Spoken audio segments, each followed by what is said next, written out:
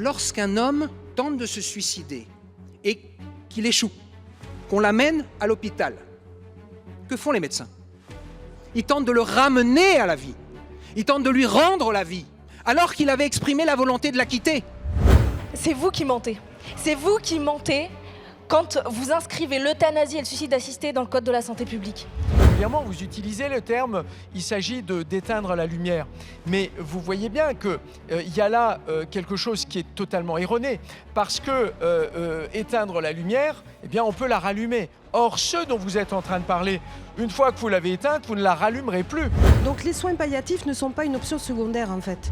La loi ne doit pas reposer sur des euphémismes. Je veux dire, c'est tout à fait évident que si le médecin a un doute, il ne doit pas poursuivre, et vous en êtes d'accord, la procédure de l'aide à mourir, et il doit faire appel à un psychiatre. Une souffrance psychologique, ça se soigne, et c'est tout le sens de notre politique de prévention du suicide.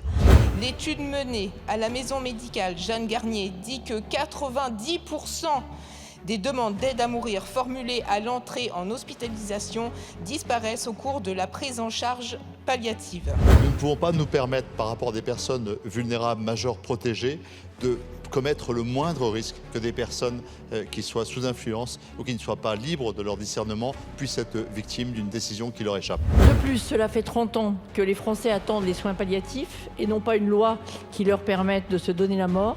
Et je le répète, ce texte n'est pas le plus restrictif, c'est un texte permissif. Le critère de délai le prouve. On n'aide pas quelqu'un à mourir, on tue quelqu'un ou on l'empêche de mourir. Il y a un programme Action T4, était ancré dans les principes d'eugénisme qui visait à éliminer les personnes considérées comme indignes de vivre. On a un véritable problème, cette dépénalisation peut aller très très loin et elle peut avoir des conséquences qu'on ne mesure pas aujourd'hui. Autoriser le suicide assisté et l'euthanasie, c'est déjà vouloir quasiment l'autoriser pour tous. Mais bien de poser un cadre à une injection d'un produit qui tue. C'est déjà le cas au Canada. Pour un quart des Canadiens, la pauvreté est désormais une raison valable pour demander l'euthanasie. Et le handicap, pour 50%. Vous, mes chers collègues, vous pourrez choisir. Vous pourrez vous payer une infirmière parce que vous avez de l'argent. Vous pourrez choisir les soins palliatifs. Alors écrivons-le. Parce que, mes chers collègues, alors certes, nous avons un débat apaisé, et tant mieux, mais ce qui n'empêche pas parfois d'avoir un débat un peu lunaire. Quand j'entends notre collègue Dubré-Chirat qui reproche à ma collègue Sandrine de Gorsuch de dire que oui, une substance létale n'est pas une thérapie. Eh oui, chers collègues, c'est la vérité.